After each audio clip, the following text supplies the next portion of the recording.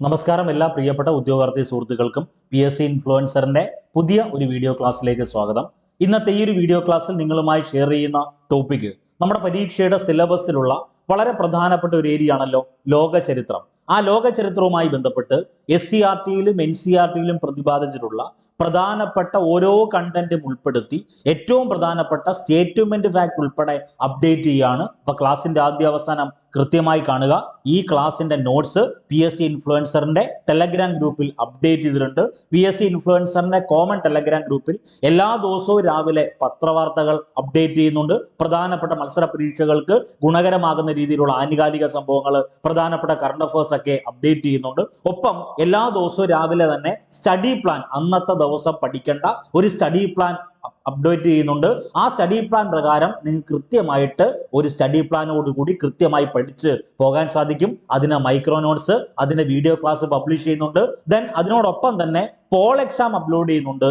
അത് കൂടാതെ രാത്രി 9 മണിക്ക് ശേഷം കോമൺ എക്സാം കൂടി, അതായത് രാവിലെ തന്ന ഈ സ്റ്റഡി പ്ലാൻ പ്രകാരമുള്ള കോമൺ എക്സാം കൂടി അപ്ഡേറ്റ് ചെയ്യുന്നുണ്ട്. അപ്പോൾ ഉഷാറായിട്ട് പഠിക്കുക. അപ്പൊ നമുക്ക് വേണ്ടത് ഈ മത്സര പരീക്ഷയുമായി ബന്ധപ്പെട്ട് ഏറ്റവും ലേറ്റസ്റ്റ് ആയിട്ടുള്ള വർക്കൗട്ട് ബാച്ചിൽ ഇന്ന് പഠിക്കേണ്ടത് സിലബസ് കണ്ടന്റ് പഠിക്കണം.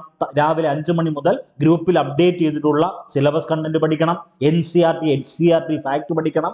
മൈക്രോ നോട്ട്സ് പഠിക്കണം. ഇന്ന് തന്നിട്ടുള്ള ടെലഗ്രാം ഗ്രൂപ്പിലും നിങ്ങളുടെ വർക്കൗട്ട് ബാച്ചിലുമായി തന്നിട്ടുള്ള എന്തൊക്കെ മെറ്റീരിയൽസ് ഉണ്ടോ, വീഡിയോ ക്ലാസ് ഉണ്ടോ, അത് കൃത്യമായി കാണണം, റിവിഷൻ നടത്തണം. രാത്രി 9 മണിക്ക് ശേഷം എക്സാം ഉണ്ട്. ഓക്കെ, അപ്പൊ വർക്കൗട്ട് ബാച്ചിൽ ജോയിൻ ചെയ്യാൻ താല്പര്യമുള്ളവർ, ഓൾറെഡി ജോയിൻ ചെയ്തവർ വീണ്ടും മെസ്സേജ് അയക്കേണ്ട ആവശ്യമില്ല. വർക്കൗട്ട് ബാച്ചിൽ ജോയിൻ ചെയ്യാൻ താല്പര്യമുള്ളവർ ഈ കൊടുത്തേക്കുന്ന നമ്പറിൽ 9072728242 നമ്പറിൽ ജസ്റ്റ് ഒരു വാട്സ്ആപ്പ് മെസ്സേജ് അയക്കുക. അപ്പൊ നമ്മൾ നേരെ കണ്ടന്റിലേക്ക് പോവുകയാണ്. ആദ്യം തന്നെ ഏറ്റവും പ്രധാനപ്പെട്ട 3 ഏരിയ ആണ് നമ്മൾ ഇന്നത്തെ ഈ പറയുന്ന ലോക ചരിത്രം എന്നറിയപ്പെടുന്ന ഏരിയയുമായി ബന്ധപ്പെട്ട് നമ്മൾ ഡിസ്കസ് ചെയ്യാൻ വേണ്ടി പോകുന്നത്. ഒന്ന്, ഏറ്റവും ബേസ് ആയ നവോത്ഥാനം എന്നറിയപ്പെടുന്ന ഫാക്ട്, അതിനുശേഷം 1-ാം ലോക മഹായുദ്ധം, അതിനുശേഷം 2-ാം ലോക മഹായുദ്ധം, അതിൽ ഏറ്റവും പ്രധാനപ്പെട്ട ആശയം ശീതസമരം. അങ്ങനെ ഏറ്റവും കൂടുതൽ തവണ മത്സര പരീക്ഷയിൽ ചോദ്യമായി വന്ന ആശയങ്ങളാണ് നമ്മൾ ഇന്നത്തെ ക്ലാസ്സിൽ ഡിസ്കസ് ചെയ്യുന്നത്. അപ്പൊ ക്ലാസിന്റെ ആദ്യ അവസാനം കൃത്യമായി കാണുക.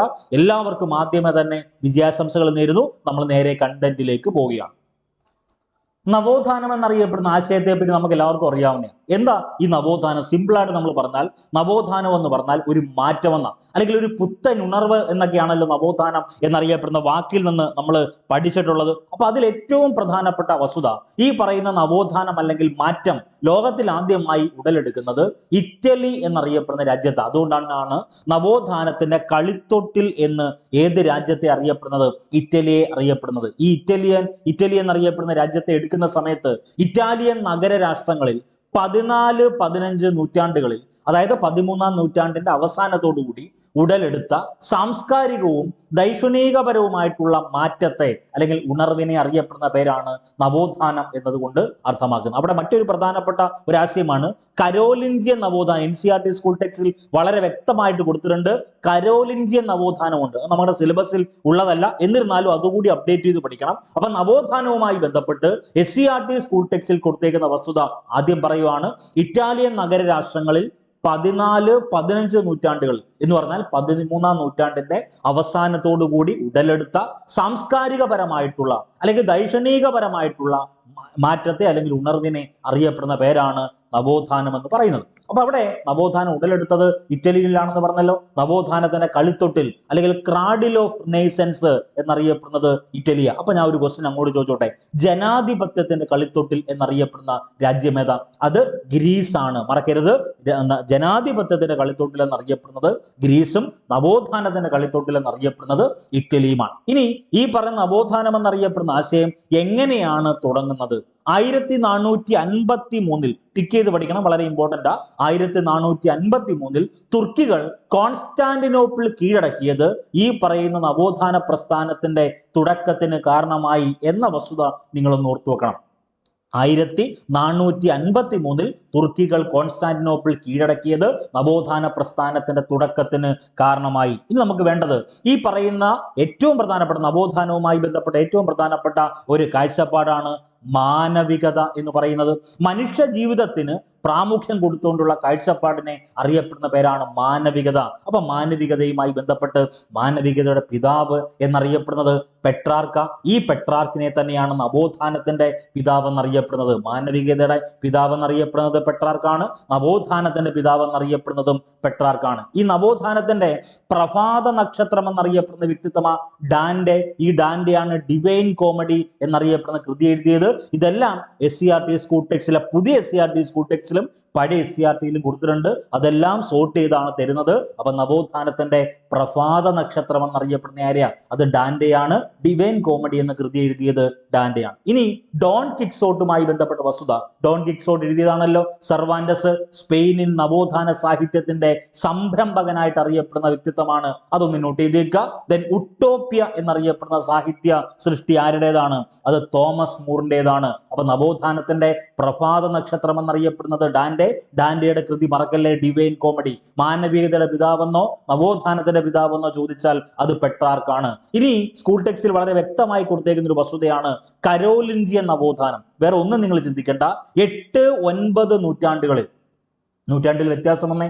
8-9 നൂറ്റാണ്ടുകളിൽ യൂറോപ്പിൽ വളർന്നു വന്ന സാംസ്കാരികവും ബൗദ്ധികവുമായിട്ടുള്ള ഉണർവിനെ ചരിത്രകാരന്മാർ വിശേഷിപ്പിച്ച പേരാണ് കരോലിഞ്ചിയൻ നവോത്ഥാനം. അപ്പൊ ഞാൻ തുടക്കത്തിൽ ചോദിച്ചു, എന്താണ് കരോലിഞ്ചിയൻ നവോത്ഥാനം?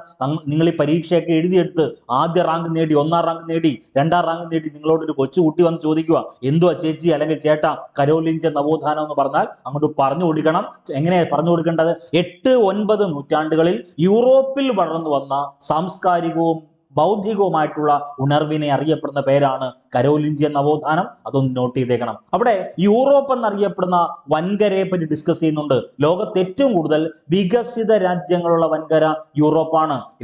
ലോകത്ത് ഏറ്റവും കൂടുതൽ അവികസിത രാജ്യങ്ങളുള്ള വൻകര അത് ആഫ്രിക്കയും, ലോകത്ത് ഏറ്റവും കൂടുതൽ വികസിത രാജ്യങ്ങളുള്ള വൻകര അത് യൂറോപ്പുമാണ്. ഇനി നമുക്ക് വേണ്ട പ്രധാനപ്പെട്ട വസ്തുത, ഈ കരോലിഞ്ചിയൻ നവോത്ഥാനത്തിന്റെ പ്രധാനമായിട്ടൊരു കാലഘട്ടം എന്ന് പറഞ്ഞാൽ ഷാലമീൻ ചക്രവർത്തിയും അദ്ദേഹത്തിന്റെ പിൻഗാമി ലൂയിയുടെയും കാലഘട്ടത്തിൽ കൂടിയാണ് ഈ കരോലിഞ്ചിയൻ നവോത്ഥാനം പ്രധാനമായിട്ടും നടക്കുന്നത്.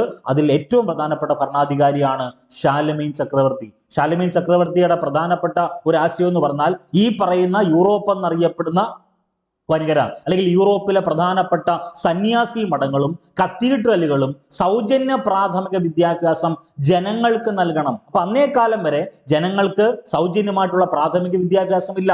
ജനങ്ങൾക്ക് പ്രാഥമികമെന്നല്ല, സൗജന്യമെന്നല്ല, പ്രാഥമിക വിദ്യാഭ്യാസം പോലും ഇല്ല. അപ്പൊ അങ്ങനെ ഉള്ള സമയത്ത് സന്യാസി മഠങ്ങൾ, ഈ പറയുന്ന യൂറോപ്പ് എന്നറിയപ്പെടുന്ന സാമ്രാജ്യത്തിലെ സന്യാസി മഠങ്ങളും കത്തീഡ്രലുകളും സൗജന്യമായിട്ട് പ്രാഥമിക വിദ്യാഭ്യാസം ജനങ്ങൾക്ക് നൽകണമെന്ന് കൽപ്പന പുറപ്പെടുവിച്ച ഭരണാധികാരിയുടെ പേരാണ് ഷാലമീൻ ചക്രവർത്തി. അപ്പൊ കരോലിഞ്ചിയൻ നവോത്ഥാനത്തിന്റെ ഏറ്റവും പ്രധാനപ്പെട്ട തുടക്കമായിട്ട് നമുക്ക് ഈ ഒരു ആശയത്തെ കരുതപ്പെടാം. കാരണം എന്താ? 8-9 നൂറ്റാണ്ടുകളിൽ യൂറോപ്പിൽ വളർന്നു വന്ന സാംസ്കാരികവും ബൗദ്ധികവുമായിട്ടുള്ള ഉണർവാ. അപ്പൊ സാംസ്കാരികവും ബൗദ്ധികമായിട്ടുള്ള ഉണർവ് വരണമെങ്കിൽ ഈ പറയുന്ന പൊതുജനങ്ങൾക്കെല്ലാം, ഈ പറയുന്ന ഞാനും നിങ്ങളും ഉൾപ്പെടെയുള്ള എല്ലാ ജനങ്ങൾക്കും പ്രാഥമിക വിദ്യാഭ്യാസം നൽകിയാൽ പോരെ. ഈ പ്രാഥമിക വിദ്യാഭ്യാസത്തിലൂടെ ജനങ്ങൾക്ക് സാംസ്കാരികപരമായിട്ടുള്ള മാറ്റം ഉണ്ടാവും, ബൗദ്ധികപരമായിട്ടുള്ള മാറ്റം ഉണ്ടാവും. ഇതാണ് ഷാലമീൻ ചക്രവർത്തി ഉദ്ദേശിച്ചത്. ഇനി അതിന്റെ റിലേറ്റഡ് ആയിട്ട് SCERT സ്കൂൾ ടെക്സ്റ്റിൽ പറഞ്ഞേക്കുന്ന പ്രധാനപ്പെട്ട വസ്തുത, ഇറ്റാലിക്കാരൻ അല്ലെങ്കിൽ ഇറ്റലിക്കാരനായ നിക്കോളോ മാക്കിയവെല്ലിയെ പറ്റി ഒന്ന് നോട്ട് ചെയ്തേക്കണം. രാഷ്ട്രം എന്ന ആശയം അല്ലെങ്കിൽ രാഷ്ട്രം എന്ന വാക്ക് ആദ്യമായി ഉപയോഗിച്ചത് ഈ നിക്കോളോ മാക്കിയവെല്ലിയ. അദ്ദേഹം ഇറ്റലിക്കാരനാണ്. ഇറ്റലിക്കാരനായ നിക്കോളോ മാക്കിയവെല്ലിയാണ് ദി പ്രിൻസ് എന്നറിയപ്പെടുന്ന കൃതി എഴുതിയത്. പൊളിറ്റിക്കൽ സയൻസ് എന്നറിയപ്പെടുന്ന ടോപ്പിക് നമുക്ക് പഠിക്കാനുണ്ട്. അതിൽ നമ്മൾ വ്യക്തമായിട്ട് പഠിക്കും നിക്കോളോ മാക്കിയവെല്ലിയെ പറ്റി, രാഷ്ട്രതന്ത്ര ശാസ്ത്രത്തെ പറ്റി, 4 പ്രധാനപ്പെട്ട രാഷ്ട്ര രൂപീകരണ സിദ്ധാന്തങ്ങളെ പറ്റി. ശക്തി സിദ്ധാന്തം, പരിണാമ സിദ്ധാന്തം, ദൈവദത്ത സിദ്ധാന്തം വളരെ പ്രധാനപ്പെട്ടതാണ്. ഏറ്റവും പ്രധാനപ്പെട്ട വസ്തുതയാണ് പരിണാമ സിദ്ധാന്തം. പിന്നെ ഏറ്റവും പ്രധാനപ്പെട്ടതാണ് ഈ പറയുന്ന പരിണാമ സിദ്ധാന്തം.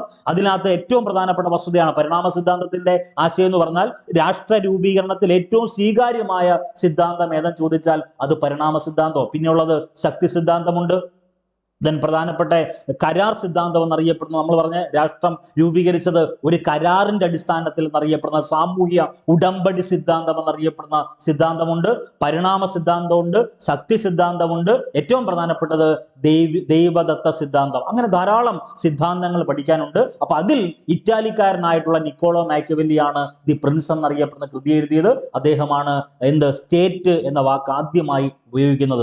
നഗരരാഷ്ട്രം എന്നറിയപ്പെടുന്ന അർത്ഥം വരുന്ന പോളിസ് എന്നറിയപ്പെടുന്ന ഗ്രീക്ക് പദത്തെ പറ്റിയൊക്കെ നമ്മൾ ഡിസ്കസ് ചെയ്യും. അതൊന്ന് നോട്ട് ചെയ്തേക്കണം. ഇറ്റലിക്കാരനായിട്ടുള്ള നിക്കോളോ മാക്കിയവെല്ലി ദ പ്രിൻസ് എന്നറിയപ്പെടുന്ന കൃതി എഴുതി. ഇനി നമുക്ക് വേണ്ടത് ഈ പറയുന്ന നവോത്ഥാന കാലഘട്ടത്തിൽ ഇംഗ്ലണ്ടിൽ ജനിച്ച വ്യക്തിയാണ് ഷേക്സ്പിയർ. ഷേക്സ്പിയറിന്റെ ജീവിത കാലഘട്ടം 1564 മുതൽ 1616 വരെയാണ്. അദ്ദേഹത്തിന്റെ ജന്മദിനം ഏപ്രിൽ 23 ലോക പുസ്തക ദിനമായി ആചരിക്കുന്നത്. എന്നാണ് ചോദിച്ചാൽ അത് ഏപ്രിൽ 23. അതൊന്ന് നോട്ട് ചെയ്തേക്കണം. ഇനി ഏറ്റവും പ്രധാനപ്പെട്ട വസ്തുതയുണ്ട്.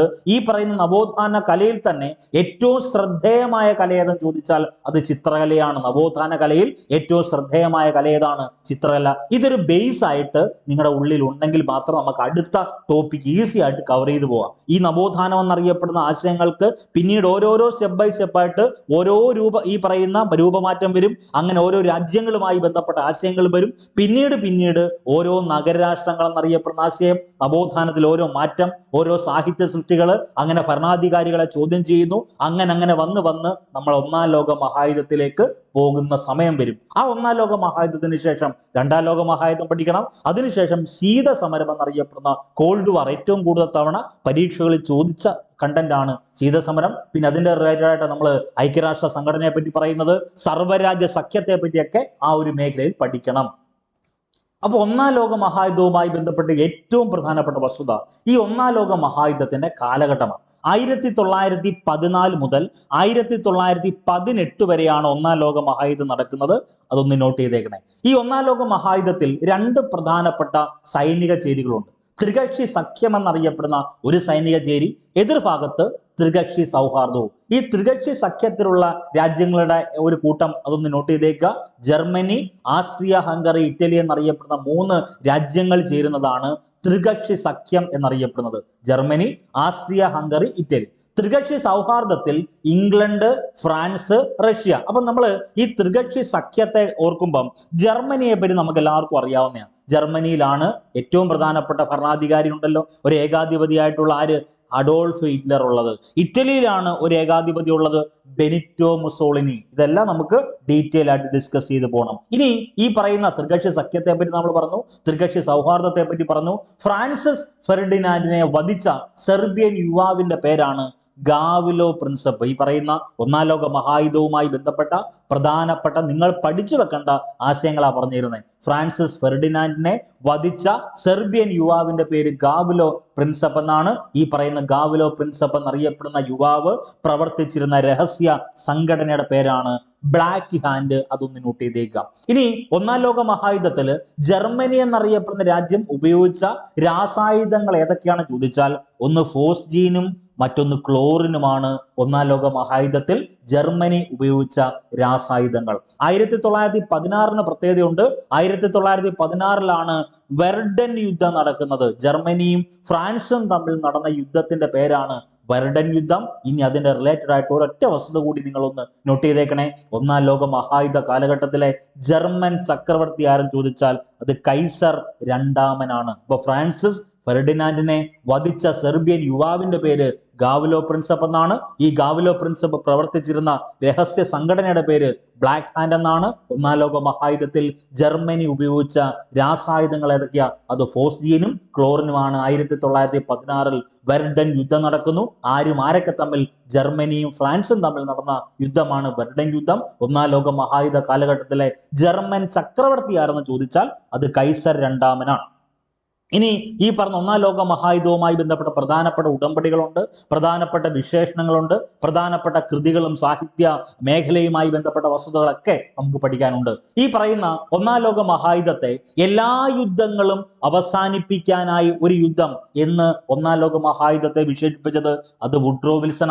ഇനി ഏറ്റവും പ്രധാനപ്പെട്ട വസ്തുതയാണ്, വുഡ്രോ വിൽസന്റെ വിശേഷണം ഇമ്പോർട്ടന്റ് ആണ്. എല്ലാ യുദ്ധങ്ങളും അവസാനിപ്പിക്കാനായി ഒരു യുദ്ധമെന്ന് ഒന്നാം ലോക മഹായുദ്ധത്തെ വിശേഷിപ്പിച്ചത് വുഡ്രോ വിൽസണാണ്. ദി ഗ്രേറ്റ് ഡിക്റ്റേറ്റർ എന്ന സിനിമ ആരുമായി ബന്ധപ്പെട്ടതാ? അത് ചാർലി ചാപ്ലിനുമായി ബന്ധപ്പെട്ടതാ. ഇമ്പോർട്ടന്റ് ചോദ്യമാണ്. ഈ പറഞ്ഞ ഒന്നാം ലോക മഹായുദ്ധത്തിന്റെ പശ്ചാത്തലത്തിലുള്ളതാ, വസ്തുതയാ, ഏറ്റവും ഇമ്പോർട്ടന്റ്. ഇനി ഈ ഒന്നാം ലോക മഹായുദ്ധത്തിൽ വിജയിച്ച രണ്ട് രാജ്യങ്ങളാണല്ലോ ബ്രിട്ടനും ഫ്രാൻസും. ഈ ഒന്നാം ലോക മഹായുദ്ധത്തിൽ വിജയിച്ച ബ്രിട്ടന്റെയും ഫ്രാൻസിന്റെയും നേതൃത്വത്തിൽ ഒരു സഖ്യം യുദ്ധാനന്തര ലോകത്തിന്റെ ഭാവി കാര്യങ്ങൾ ചർച്ച ചെയ്യുന്നതിന് വേണ്ടി ഒരു സമാധാന സമ്മേളനം വിളിച്ചു ചേർക്കും. അത് 1919 ആ സമ്മേളനത്തിന്റെ പേരാണ് പാരീസ് സമ്മേളനം. അത് ഇമ്പോർട്ടന്റ് ആണ്. ഇനി ഈ പറയുന്ന ഒന്നാം ലോക മഹായുദ്ധത്തിന്റെ ഫലമായിട്ട് ജർമ്മനി എന്നറിയപ്പെടുന്ന രാജ്യവും ത്രികക്ഷി സൗഹാർദ്ദ രാഷ്ട്രങ്ങളും തമ്മിൽ ഒപ്പുവെച്ച ഉടമ്പടിയുടെ പേരാണ് വേഴ്സായി ഉടമ്പടി. വർഷം 1919 ജൂൺ 28 വേഴ്സായി ഉടമ്പടി ഒപ്പുവെക്കുന്നത്. അതൊന്ന് നോട്ട് ചെയ്തേക്കുക. ഇനി ഈ പറയുന്ന ഒന്നാം ലോക മഹായുദ്ധത്തിൽ ഓരോ രാജ്യങ്ങളും ഓരോ ഉടമ്പടിയിൽ ഒപ്പുവെക്കും. ഒന്നാം ലോക മഹായുദ്ധത്തിന്റെ ഫലമായിട്ട് ഓസ്ട്രിയയും ത്രികക്ഷി സൗഹാർദ്ദ രാഷ്ട്രങ്ങളും തമ്മിൽ ഒപ്പുവെച്ച സന്ധിയുടെ പേരാണ് സെന്റ് ജർമ്മൻ ഉടമ്പടി 1919. അതൊന്ന് നോട്ട് ചെയ്തേക്കണം. ഇനി ഒന്നാം ലോക മഹായുദ്ധത്തിന്റെ ഫലമായിട്ട് ബൾഗേറിയ എന്നറിയപ്പെടുന്ന രാജ്യമുണ്ടല്ലോ, അവർ ഒപ്പുവെച്ച സന്ധിയുടെ പേരാണ് ന്യൂയി ഉടമ്പടി അല്ലെങ്കിൽ നൈ ഉടമ്പടി. അതൊന്ന് നോട്ട് ചെയ്തേക്കണേ. ഒന്നാം ലോക മഹായുദ്ധത്തിന്റെ ഫലമായിട്ട് ബൾഗേറിയ ഒപ്പുവെച്ച സന്ധിയുടെ പേര് ന്യൂയി ഉടമ്പടി അല്ലെങ്കിൽ നൈ ഉടമ്പടി. ഒന്നാം ലോക മഹായുദ്ധത്തിന്റെ ഫലമായിട്ട് ഹംഗറി ഒപ്പുവെച്ച സന്ധിയുടെ പേരാണ് ട്രയാനൻ സന്ധി. ട്രയാനൻ സന്ധി. അടുത്തത് ഒന്നാം ലോക മഹായുദ്ധത്തിന്റെ ഫലമായിട്ട് തുർക്കി ഒപ്പുവെച്ച സന്ധിയുടെ പേരാണ് സെവിറ ഉടമ്പടി. വളരെ ഇമ്പോർട്ടന്റ് ആണ്, ഇത് ചോദിച്ചിട്ടുണ്ട്. സെവിറ ഉടമ്പടിയുടെ പ്രത്യേകത, ഒന്നാം ലോക മഹായുദ്ധത്തിന്റെ ഫലമായിട്ട് തുർക്കി ഒപ്പുവെച്ച സന്ധിയുടെ പേരാണ് സെവിറ ഉടമ്പടി. ഇനി ഏറ്റവും പ്രധാനപ്പെട്ട വസ്തുത, റഷ്യ എന്നറിയപ്പെടുന്ന രാജ്യമുണ്ടല്ലോ, ഈ റഷ്യ ഒന്നാം ലോക മഹായുദ്ധത്തിൽ നിന്നും പിൻവാങ്ങാൻ കാരണമായ ഉടമ്പടിയുണ്ട്. ഒന്നാം ലോക മഹായുദ്ധത്തിൽ നിന്നും റഷ്യ എന്നറിയപ്പെടുന്ന, നമ്മൾ പറയുന്ന USSR എന്നറിയപ്പെടുന്ന സോവിയറ്റ് യൂണിയൻ ഉണ്ടല്ലോ, ആ റഷ്യ പിൻവാങ്ങാൻ കാരണമായിട്ടുള്ള പ്രധാനപ്പെട്ട ഉടമ്പടി ഒന്ന് നോട്ട് ചെയ്തേക്കണേ. വേറെ ഒന്നുമില്ല, ബ്രസ്റ്റ്. ഏറ്റവും ഇമ്പോർട്ടന്റ് ആണ്. ബ്രസ്റ്റ് ലിറ്റോസ് ഉടമ്പടി എന്നറിയപ്പെടുന്ന 1918 റഷ്യ ഒപ്പിട്ട ബ്രസ്റ്റ് ലിറ്റോസ് ഉടമ്പടിയാണ് റഷ്യ എന്നറിയപ്പെടുന്ന മഹാരാജ്യം ഒന്നാം ലോക മഹായുദ്ധത്തിൽ നിന്നും പിൻവാങ്ങാൻ കാരണമായ ഉടമ്പടി. ഈ രണ്ടാം ലോക മഹായുദ്ധത്തിന്റെ പശ്ചാത്തലത്തിൽ ഈ പറയുന്ന റഷ്യ എന്നറിയപ്പെടുന്ന USSR എന്നറിയപ്പെടുന്ന സോവിയറ്റ് യൂണിയൻ ഇല്ലാണ്ടാകുന്ന വസ്തുത ഉൾപ്പെടെ നമ്മൾ പഠിക്കണം. അത് പഠിച്ചെങ്കിൽ മാത്രമേ നമുക്ക് എന്ത് ചെയ്യാൻ പറ്റത്തുള്ളൂ, ബാക്കിയുള്ള കണ്ടന്റ് അപ്ഡേറ്റ് ചെയ്ത് പോകാൻ സാധിക്കത്തുള്ളൂ. ഇനി നമുക്ക് വേണ്ടത് 1929 ഒക്ടോബർ 24 ഒരു പ്രത്യേകതയുണ്ട്.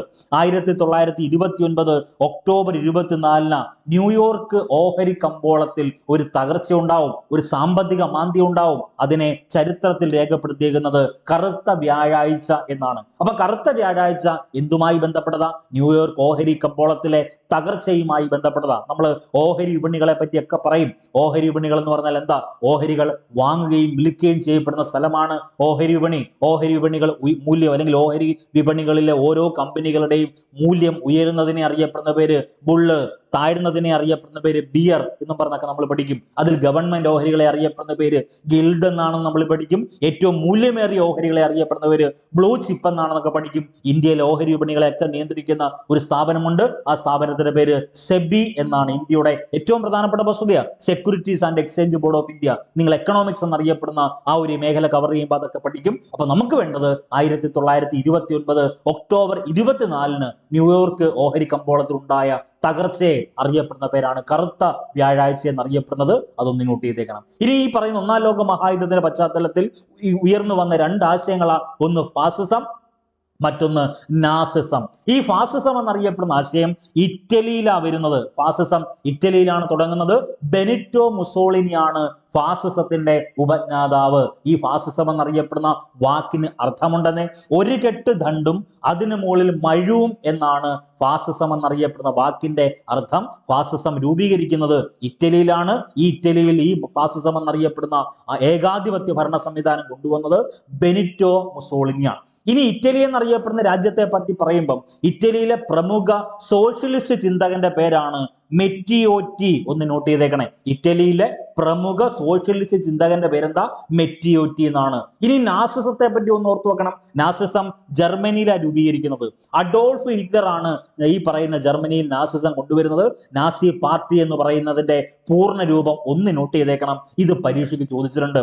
National socialist German workers party എന്നാണ് നാസി പാർട്ടിയുടെ പൂർണ്ണരൂപം. അപ്പൊ നാസിസം കൊണ്ടുവന്നത് എവിടെയാണ്? ജർമ്മനിയിലാണ്.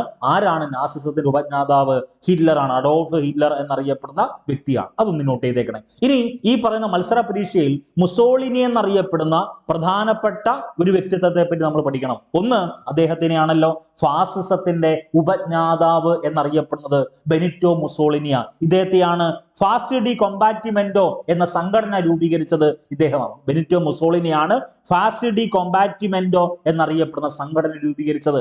അദ്ദേഹം 1920 ഇറ്റലിയുടെ ഭരണാധികാരിയായിട്ട് മാറി. നമ്മൾ പൊളിറ്റിക്കൽ സയൻസ് എന്നറിയപ്പെടുന്ന പോർഷൻ ഡിസ്കസ് ചെയ്യുമ്പോൾ NCERT സ്കൂൾ ടെക്സ്റ്റിൽ വളരെ വ്യക്തമായി കൊടുത്തേക്കുന്ന ഒരു കണ്ടന്റ് ഉണ്ട്. ഡി ഫാക്ടോ ആൻഡ് ഡിജോർ എന്നറിയപ്പെടുന്ന ആശയം. അത് വരും ക്ലാസ്സിൽ അപ്ഡേറ്റ് ചെയ്തോളാം. അപ്പൊ ഞാൻ പറയുന്ന വസ്തുത മറക്കരുത്.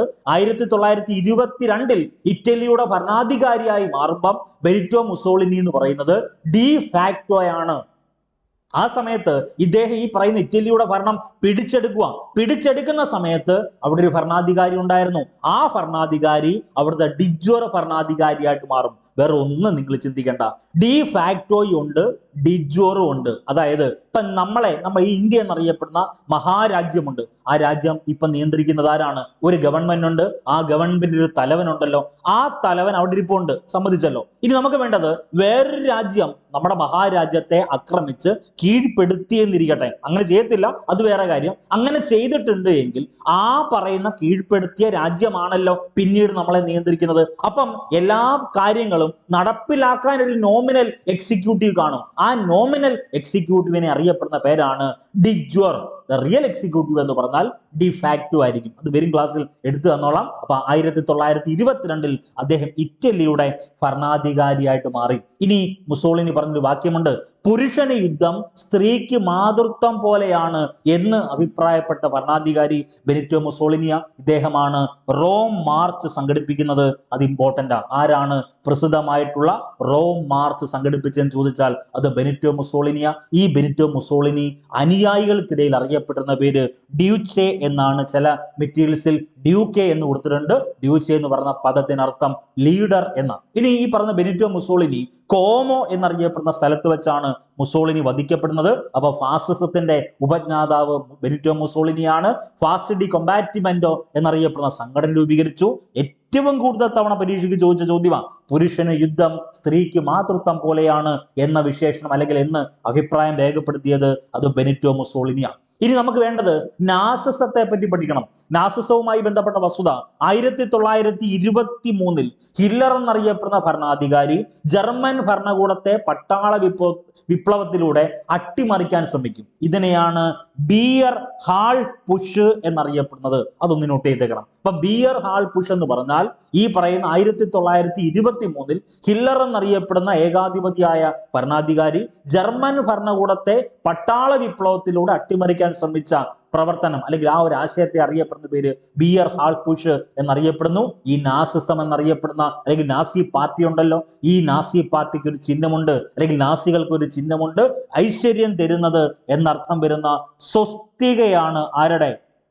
ഈ പറയുന്ന നാസിസം അല്ലെങ്കിൽ നാസിയുടെ ചിഹ്നമാണ്. ഇതാണ് സ്വസ്തിക. ഐശ്വര്യം തരുന്നത് എന്നർത്ഥമുള്ള സ്വസ്തികയാണ് നാസികളുടെ ചിഹ്നം. ഇനി നമുക്ക് വേണ്ട പ്രധാനപ്പെട്ട വസ്തുത, ഈ നാസിസത്തെ അല്ലെങ്കിൽ ഈ പറയുന്ന നാസി ഭരണകൂടത്തെ യൂറോപ്യൻ ജനത ഈ പറയുന്ന നാസി ഭരണകൂടത്തിന്റെ അല്ലെങ്കിൽ നാസികളുടെ ചിഹ്നമായ സ്വസ്തികയെ വിശേഷിപ്പിച്ചത് കറുത്ത ചിലന്തി എന്നാണ്. അതൊന്ന് നോട്ട് ചെയ്തേക്കണം. ഈ നാസിസവുമായി ബന്ധപ്പെട്ട് അഡോൾഫ് ഹിറ്റ്ലർ എന്നറിയപ്പെടുന്ന ഹിറ്റ്ലർ ഉണ്ടല്ലോ, ജൂതന്മാരെ കൂട്ടക്കൊല ചെയ്യാൻ വേണ്ടി ഹിറ്റ്ലർ ആരംഭിച്ച ക്യാമ്പുകളെ അറിയപ്പെടുന്ന പേരാണ് കോൺസെൻട്രേഷൻ ക്യാമ്പുകൾ. അതൊന്ന് നോട്ട് ചെയ്തേക്കുക. ഇതും PYQ ആണ്, ഒന്ന് പഠിച്ചു വെച്ചേക്കണം.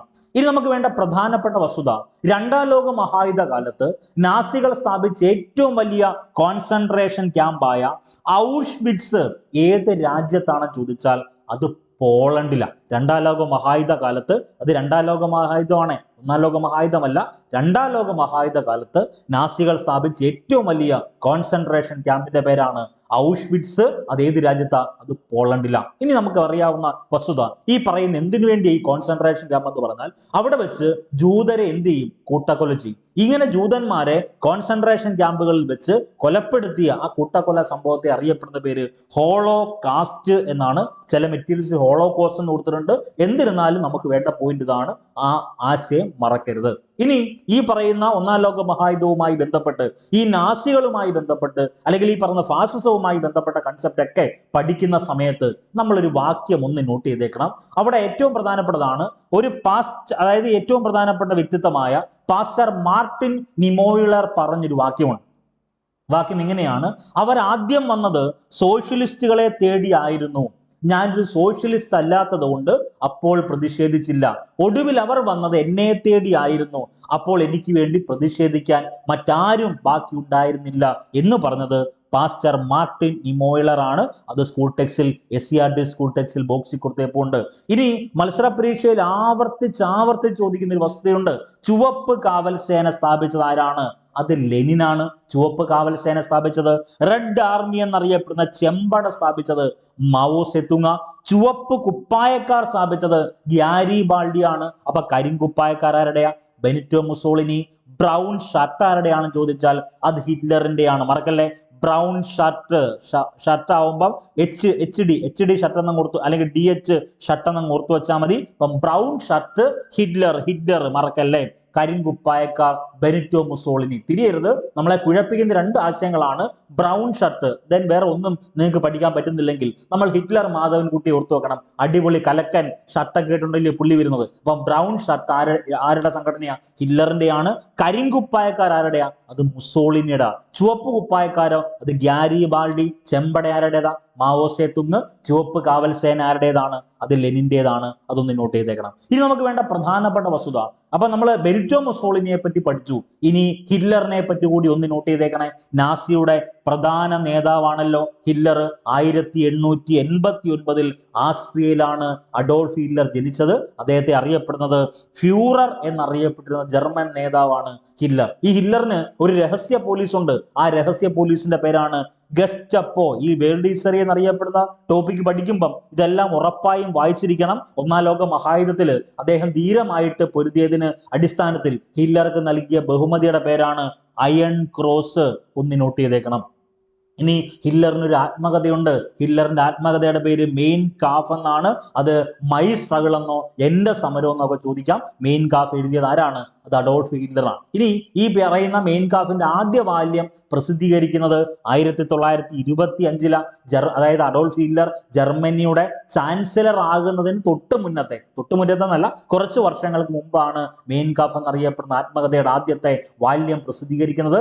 ജർമ്മനിയുടെ ചാൻസലറായിട്ട് അഡോൾഫ് ഹിറ്റ്ലർ മാറിയ വർഷം 1933. ഏറ്റവും പ്രധാനപ്പെട്ട വസ്തുത, 1945 ഏപ്രിൽ 30 ഹിറ്റ്ലറും അദ്ദേഹത്തിന്റെ കാമുകിയായിരുന്ന ഇവാ ബ്രൗണും കൂടി എന്ത് ചെയ്യുന്നു? ആത്മഹത്യ ചെയ്യുന്നു. അപ്പൊ ഈ പറയുന്ന 1945 എന്ന് പറഞ്ഞാൽ രണ്ടാം ലോക മഹായുദ്ധത്തിന്റെ അവസാനമാണ്. 1939 മുതൽ 1945 വരെയാണ് രണ്ടാം ലോക മഹായുദ്ധം നടക്കുന്നത്. അപ്പൊ അതുകൊണ്ട് തന്നെ വളരെ പ്രധാനപ്പെട്ട വസ്തുതയാണ്. ഇനി ഹിറ്റ്ലറുടെ വിശ്വസ്തനായിട്ട് ഒരു വ്യക്തിത്വമുണ്ട്. അദ്ദേഹത്തിന്റെ പേരാണ് ജോസഫ് ഗീബൽസ്. ഈ ജോസഫ് ഗീബൽസ് എന്നറിയപ്പെടുന്ന വ്യക്തി കൊണ്ടുവന്ന ഒരു കൺസെപ്റ്റ് ഉണ്ട്. അത് വളരെ ഇമ്പോർട്ടന്റ്. വേറെ ഒന്നുമില്ല, അദ്ദേഹം ഒരു സിദ്ധാന്തം കൊണ്ടുവരുന്നു. അതാണ് ഗീബൽസ് സിദ്ധാന്തം. വേറെ ഒന്നുമില്ല, ഒരു കള്ളം 1000 തവണ ആവർത്തിക്കുക. ആ 1000 തവണ അത് ആവർത്തിച്ചു കഴിഞ്ഞാൽ അത് സത്യമായി തീരും എന്ന സിദ്ധാന്തത്തിന്റെ ഉപജ്ഞാതാവാണ് ജോസഫ് ഗീബൽസ്. അപ്പൊ ഹിറ്റ്ലറുടെ വിശ്വസ്തനായിരുന്ന വ്യക്തിത്വമാണ് ജോസഫ് ഗീബൽസ്. ഇനി ആ ഒരു ഒന്നാം ലോക മഹായുദ്ധത്തെ പറ്റി പഠിക്കുന്ന സമയത്ത് ഏറ്റവും പ്രധാനപ്പെട്ട ഒരു വ്യക്തിത്വമുണ്ട്. ഇന്ത്യൻ സ്വാതന്ത്ര്യത്തിന് വേണ്ടി ജീവിതാന്ത്യം വരെ പോരാടിയ മലയാളിയായ വിപ്ലവകാരുടെ പേരാണ് ചെമ്പകരാമൻ പിള്ള. ഈ ചെമ്പകരാമൻ പിള്ളയാണ് സംഗീത കുമാരി എന്നറിയപ്പെടുന്നത്. വെങ്കട്ട് എന്നൊക്കെ അറിയപ്പെടുന്ന നവോത്ഥാന നായകന്റെ പേരാണ് ചെമ്പകരാമൻപിള്ള. അദ്ദേഹത്തിന് ഒത്തിരി പ്രത്യേകതയുണ്ട്. പ്രോ ഇന്ത്യ ലീഗ് എന്നറിയപ്പെടുന്ന സംഘടനയൊക്കെ ചെമ്പകരാമൻപിള്ള ഫോം ചെയ്തതാണ്. അപ്പൊ ഇന്ത്യൻ സ്വാതന്ത്ര്യത്തിന് വേണ്ടി ജീവിതാന്ത്യം വരെ പോരാടിയ മലയാളിയായി വിപ്ലവകാരിയായെന്ന് ചോദിച്ചാൽ അത് ചെമ്പകരാമൻപിള്ളയാണ്. ഇനി ഈ പറയുന്ന ഒന്നാം ലോക മഹായുദ്ധവുമായി ബന്ധപ്പെട്ടും രണ്ടാം ലോക മഹായുദ്ധവുമായി ബന്ധപ്പെട്ടൊക്കെ കണ്ടന്റ് ഡിസ്കസ് ചെയ്യുമ്പം നാസികൾക്ക് എന്തായാലും ക്രൂരതയുണ്ടല്ലോ. ഈ നാസികളുടെ ക്രൂരത ഡയറി കുറിപ്പുകളായിട്ട് എഴുതിയ ഒരു ജൂത പെൺകുട്ടിയുണ്ട്. ആ ജൂത പെൺകുട്ടിയുടെ പേരാണ് ആൻ ഫ്രാങ്ക്. ഈ ആൻ ഫ്രാങ്ക് ആൻ ഫ്രാങ്ക് എഴുതിയ ഡയറിക്ക് നൽകിയ പേരാണ് കിറ്റി. അതൊന്ന് നോട്ട് ചെയ്തേക്കണം. വളരെ വളരെ പ്രധാനപ്പെട്ട പോയിന്റാണ്. അപ്പൊ നമുക്ക് വേണ്ട ഹിറ്റ്ലറുടെ വിശ്വസ്തനായിട്ടുള്ള വ്യക്തിത്വത്തിന്റെ പേര് ജോസഫ് ഗീബൽസ് എന്നാണ്. ഗീബൽസ് സിദ്ധാന്തം എന്ന് പറഞ്ഞാൽ എന്താ? ഒരു കള്ളം 1000 തവണ, ഞാൻ നിങ്ങളോട് 1000 തവണ ഒരു കള്ളം ആവർത്തിച്ച് പറഞ്ഞാൽ അത് സത്യമായി തീരും എന്ന സിദ്ധാന്തത്തിന്റെ ഉപജ്ഞാതാവ് ഈ ജോസഫ് ഗീബൽസ് ആണ്. അപ്പൊ ഇന്ത്യൻ സ്വാതന്ത്ര്യത്തിന് വേണ്ടി ജീവിതാന്ത്യം വരെ പോരാടി മലയാളിയായിട്ടുള്ള വിപ്ലവകാരിയുടെ പേര് ചെമ്പകരാമൻപിള്ള എന്നാണ്. ചെമ്പകരാമൻപിള്ളയെ അറിയപ്പെടുന്ന പേരുകൾ മറക്കല്ലേ. സംഗീതകുമാരി എന്നറിയപ്പെടുന്നു, വെങ്കട്ട് എന്നറിയപ്പെടുന്നു. പ്രോ ഇന്ത്യ ലീഗ് ഉണ്ട്, വളരെ ഇമ്പോർട്ടന്റ് ആണ്. അദ്ദേഹം ആരംഭിച്ച സംഘടന ഇമ്പോർട്ടന്റ്, പ്രോ ഇന്ത്യ. ഇനി അവിടെ തന്നെ നമ്മളെ കുഴപ്പിക്കുന്ന ഒരു വസ്തുതയുണ്ട്. ഏറ്റവും ഇമ്പോർട്ടന്റ് ചോദ്യമാണ്. ചെമ്പകരാമൻപിള്ളയുമായി ബന്ധപ്പെട്ട് 2 അപരനാമങ്ങളുണ്ട്. സംഗീതകുമാരി എന്നറിയപ്പെടുന്നു, വെങ്കട്ട് എന്നറിയപ്പെടുന്നു. അത് ഇമ്പോർട്ടന്റ് ആണ്. അപ്പൊ ഇത്രയും കാര്യങ്ങൾ ക്ലിയർ ചെയ്തല്ലോ. ഇനി നമുക്ക് വേണ്ട എന്താണെന്ന് അറിച്ചോ, ഒരു ക്വസ്റ്റ്യൻ, അതായത് മുൻകാല വർഷ ചോദ്യമാണ്. ചോദ്യം ഇതാ: ഏത് സന്ധിയിൽ ഒപ്പുവെച്ചാണ് റഷ്യ ഒന്നാം ലോക മഹായുദ്ധത്തിൽ നിന്ന് പിൻവാങ്ങിയത്? ഇന്ന് പഠിപ്പിച്ചതാ. ഏത് സന്ധിയിൽ ഒപ്പുവെച്ചാണ് റഷ്യ എന്നറിയപ്പെടുന്ന മഹാരാജ്യം ഒന്നാം ലോക മഹായുദ്ധത്തിൽ നിന്ന് പിൻവാങ്ങിയത്? ഓപ്ഷൻ എ അല്ലയോ, നമ്മൾ ഡിസ്കസ് ചെയ്തതാണ്. ആ സന്ധിയുമായി ബന്ധപ്പെട്ട്, ഒന്നാം ലോക മഹായുദ്ധവുമായി ബന്ധപ്പെട്ട് ധാരാളം സന്ധികൾ പഠിക്കണം. അതിലേറ്റവും പ്രധാനപ്പെട്ടതാണ് എന്ത്? ബ്രസ്റ്റിസ്റ്റോവിസ്ക്. ഏറ്റവും ഇമ്പോർട്ടന്റ് ആണ്. ബ്രസ്റ്റിസ്റ്റോവ്സ്ക് സന്ധിയുടെ പ്രത്യേകത എന്താ? ഒന്നാം ലോക മഹായുദ്ധത്തിൽ നിന്ന് റഷ്യ എന്നറിയപ്പെടുന്ന മഹാരാജ്യം പിൻവാങ്ങിയ സന്ധിയുടെ പേരാണ്. അതൊന്ന് നോട്ട് ചെയ്തേക്കണേ. ഇനി നമുക്ക് വേണ്ടി ഇതിന്റെ റിലേറ്റഡ് ആയിട്ട് നമ്മൾ പഠിക്കേണ്ട വസ്തുത, രണ്ടാം ലോക മഹായുദ്ധം പഠിക്കണം. അപ്പൊ രണ്ടാം ലോക മഹായുദ്ധത്തിന്റെ കാലഘട്ടം 1939 മുതൽ 1945 വരെ. രണ്ടാം ലോക മഹായുദ്ധം 1939 മുതൽ 1945 വരെയാണ്. ഈ രണ്ടാം ലോക മഹായുദ്ധത്തിന്റെ മുന്നൊരുക്കം എന്നറിയപ്പെടുന്ന ഒരു കലാപമുണ്ട്. ആ കലാപത്തിന്റെ പേരാണ് സ്പാനിഷ് കലാപം. സ്പാനിഷ് പുണ്ണ് എന്നറിയപ്പെടുന്ന രാഷ്ട്രമുണ്ട്. അത് വേറെ ഇത് വേറെ. അപ്പൊ സ്പാനിഷ് കലാപം എന്ന് വെച്ചാൽ എന്തുവാ? രണ്ടാം ലോക മഹായുദ്ധത്തിന്റെ മുന്നൊരുക്കം എന്നറിയപ്പെടുന്ന കലാപമാണ് സ്പാനിഷ് കലാപം. ഈ രണ്ടാം ലോക മഹായുദ്ധത്തിന് കാരണമായിട്ടുള്ള 2 പ്രധാനപ്പെട്ട സൈനിക ചേരികളാണ്. ഒന്ന് അച്ചുതണ്ട് ശക്തികളും മറ്റൊന്ന് സഖ്യശക്തികളും. അച്ചുതണ്ട് ശക്തികൾ അല്ലെങ്കിൽ ആക്സിസ് പവേഴ്സും സഖ്യശക്തികൾ അല്ലെങ്കിൽ അലൈഡ് പവേഴ്സും. ഈ അച്ചുതണ്ട് ശക്തികൾ എന്ന് പറഞ്ഞാൽ ജർമ്മനി, ജപ്പാൻ, ഇറ്റലി, ഈ 3 രാജ്യങ്ങൾ ചേരുന്നതാണ് അച്ചുതണ്ട് ശക്തികൾ. ഒന്നാം ലോക മഹായുദ്ധത്തിൽ 2 സൈനിക ചേരികളെ പറ്റി പറഞ്ഞു. അതിൽ നിന്ന് വ്യത്യസ്തമാകുന്ന രണ്ടാം ലോക മഹായുദ്ധത്തിൽ 2 പ്രധാനപ്പെട്ട സൈനിക ചേരികൾ. ഒന്ന് അച്ചുതണ്ട് ശക്തികൾ അല്ലെങ്കിൽ axis powers, Germany, Japan, Italy. സഖ്യശക്തികൾ ആരൊക്കെയാന്ന് ചോദിച്ചാൽ ബ്രിട്ടനും ഫ്രാൻസും ചൈനയും. ഇവര് 3 പേരുമാണ് സഖ്യശക്തികൾ. അപ്പൊ 2 സൈനിക ചേരികൾ.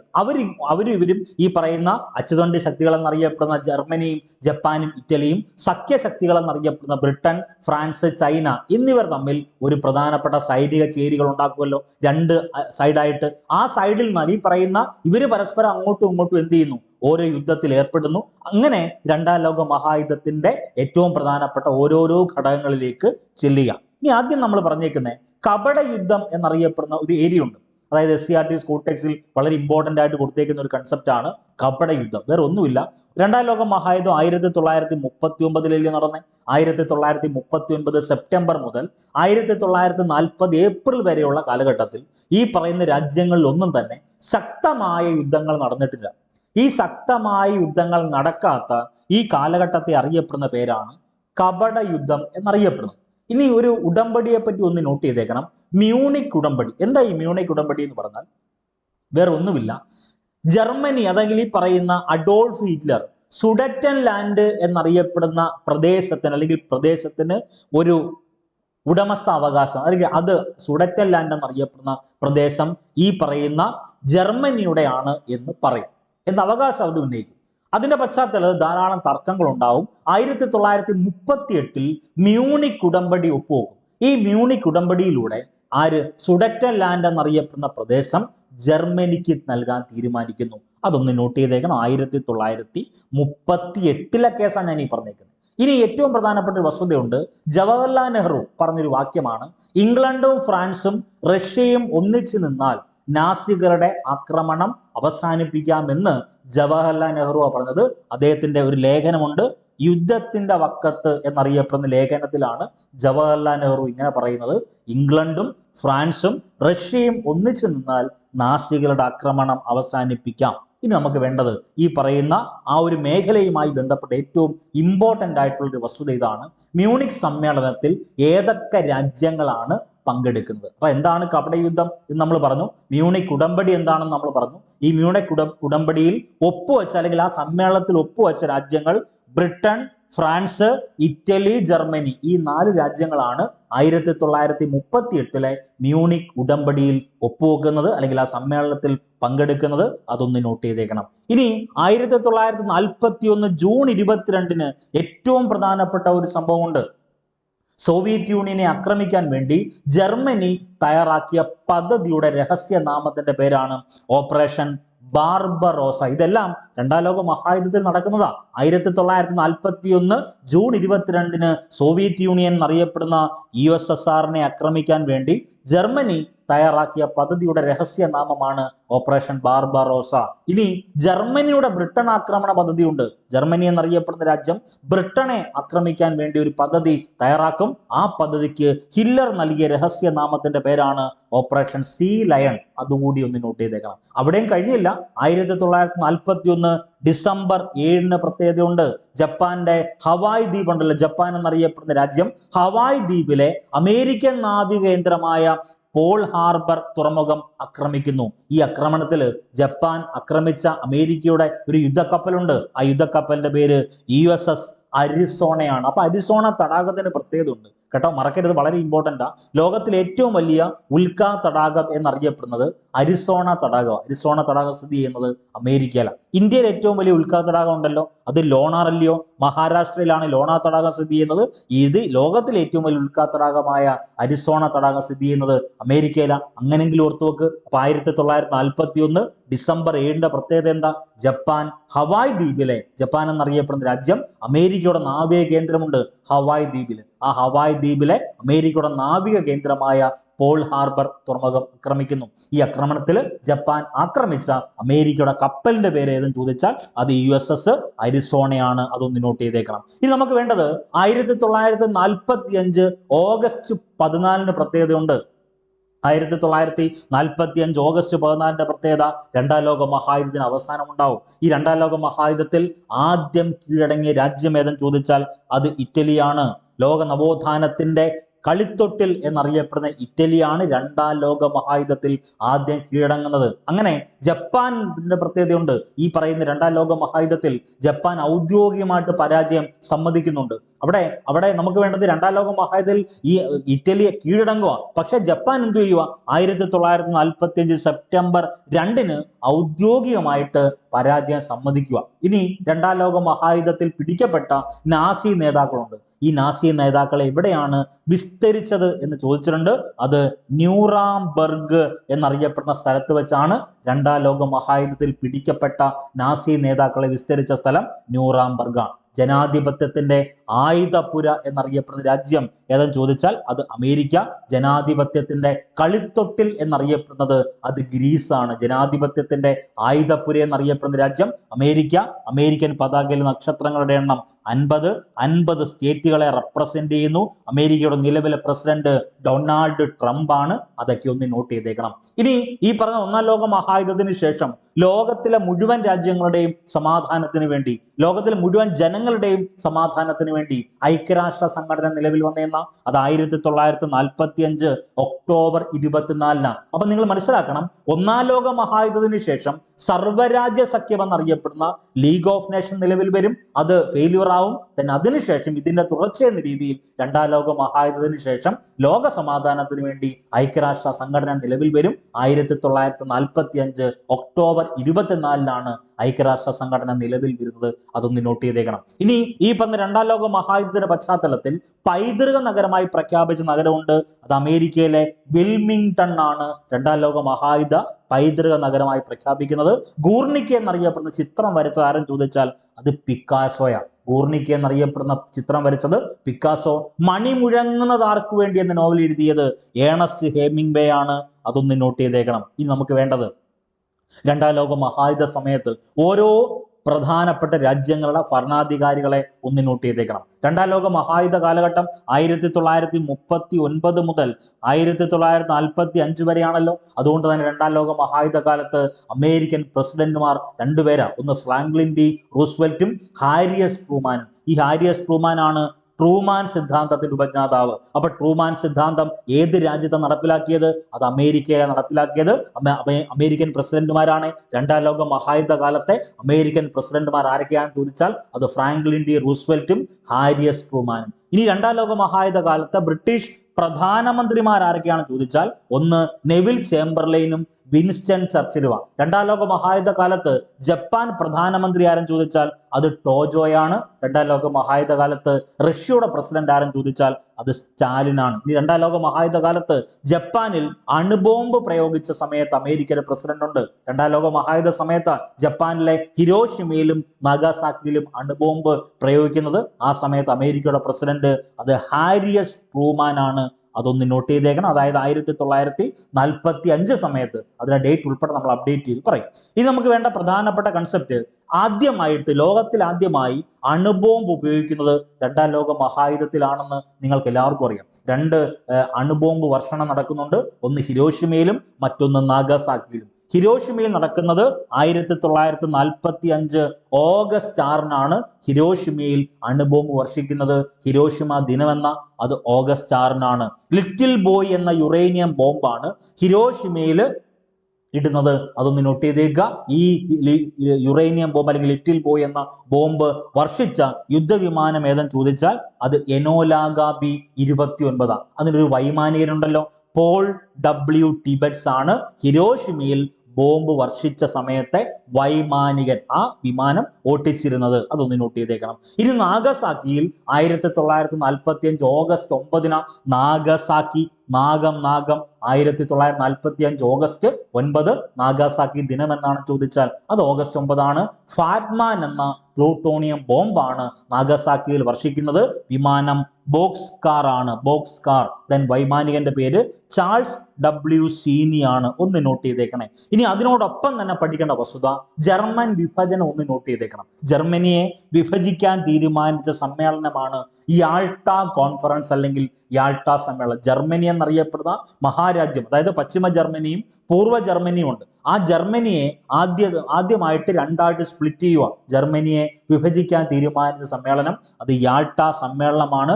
1961 ബെർലിൻ മതിൽ ഉണ്ടാക്കുന്നു. അതിന്റെ പശ്ചാത്തലത്തിൽ അല്ലെങ്കിൽ ബെർലിൻ മതിലായിരുന്നു രണ്ടാം ലോക മഹായുദ്ധത്തിന്റെ ഭാഗമായിട്ട് രൂപീകൃതമായ പശ്ചിമ ജർമ്മനിയെയും പൂർവ്വ ജർമ്മനിയെയും തമ്മിൽ വേർതിരിച്ചിരുന്നത്. ഈ 1961 ഇംപ്ലിമെന്റ് ചെയ്ത ഈ ബെർലിൻ മതിൽ എന്ത് ചെയ്തു? 1989 പൊളിച്ചു നീക്കുന്നു. അങ്ങനെ പശ്ചിമ ജർമ്മനിയും പൂർവ്വ ജർമ്മനിയും ഏകീകരിച്ച് ഒറ്റ ജർമ്മനിയായിട്ട് മാറും. ആ പശ്ചിമ ജർമ്മനിയുടെയും പൂർവ്വ ജർമ്മനിയുടെയും ഏകീകരണത്തിന് നേതൃത്വം നൽകിയ വ്യക്തിയുടെ പേരാണ് ഹെൽമൂഡ് കോള്. ഒന്ന് നോട്ട് ചെയ്തേക്കണേ, ഹെൽമൂഡ് കോള്. ഇനി അവിടെ SCERT സ്കൂൾ ടെക്സ്റ്റിൽ ബോക്സിൽ കൊടുത്തേക്കുന്ന ഒരു വസ്തുതയുണ്ട്, ഹിബാക്കുഷകൾ. എന്താ പ്രത്യേകത? ഹിരോഷിമ നാഗസാക്കി ദുരന്തം പേർ ജീവിക്കുന്ന മനുഷ്യരെ അറിയപ്പെടുന്ന പേരാ ഹിബാക്കുഷകൾ എന്നറിയപ്പെടുന്നത്. ഈ ഹിരോഷിമയിൽ നമ്മൾ നേരത്തെ പറഞ്ഞല്ലോ, ഹിരോഷിമയിൽ 1945 ഓഗസ്റ്റ് 6 നാഗസാക്കിയിൽ 1945 ഓഗസ്റ്റ് 9 ബോംബ് വർഷിച്ചെന്ന് പറഞ്ഞല്ലോ. ഈ ഹിരോഷിമയിൽ ബോംബ് വർഷിച്ചതിന്റെ ഫലമായിട്ടുണ്ടായ അണുവികിരണത്തിന്റെ ഇരയായ ബാലികയുടെ പേര് ചോദിച്ചാൽ ബാലികയുടെ പേര് അത് സഡാക്കോ സസൂക്കി എന്നാണ്. അതൊന്ന് നോട്ട് ചെയ്തേക്കണം. അപ്പൊ നമ്മൾ പറഞ്ഞല്ലോ, ഹിരോഷിമയിൽ ബോംബ് വർഷിച്ചതിന്റെ ഫലമായിട്ടുണ്ടായ അണുവികിരണം ഉണ്ടാവുമല്ലോ. ഈ അണുവികിരണത്തിന്റെ ഇരയായിട്ടുള്ള ബാലികയുടെ പേരാണ് സഡാക്ക സസൂക്കി. അതൊന്ന് നോട്ട് ചെയ്തേക്കുക. ഈ സഡാക്ക സസൂക്കി, ഈ പറയുന്ന സസൂക്കി, ഈ സഡാക്ക സസൂക്കി അവരുടെ രോഗശൈലിയിൽ വെച്ച് നിർമ്മിച്ച കൊക്കുകൾ, സഡാക്കോ കൊക്കുകൾ എന്ന് പറയും. അത് ഈ പറയുന്ന ലോകത്തിലെ ഏത് യുദ്ധം നടന്നോട്ടെ ആ യുദ്ധവിരുദ്ധ വികാരത്തിന്റെ പ്രതീകമായിട്ടാണ് കരുതപ്പെടുന്നത്. അതുകൂടി ഒന്ന് നോട്ട് ചെയ്തേക്കുക. വളരെ ഇമ്പോർട്ടന്റ് ഏരിയ ആണ് ആ ഒരു മേഖല.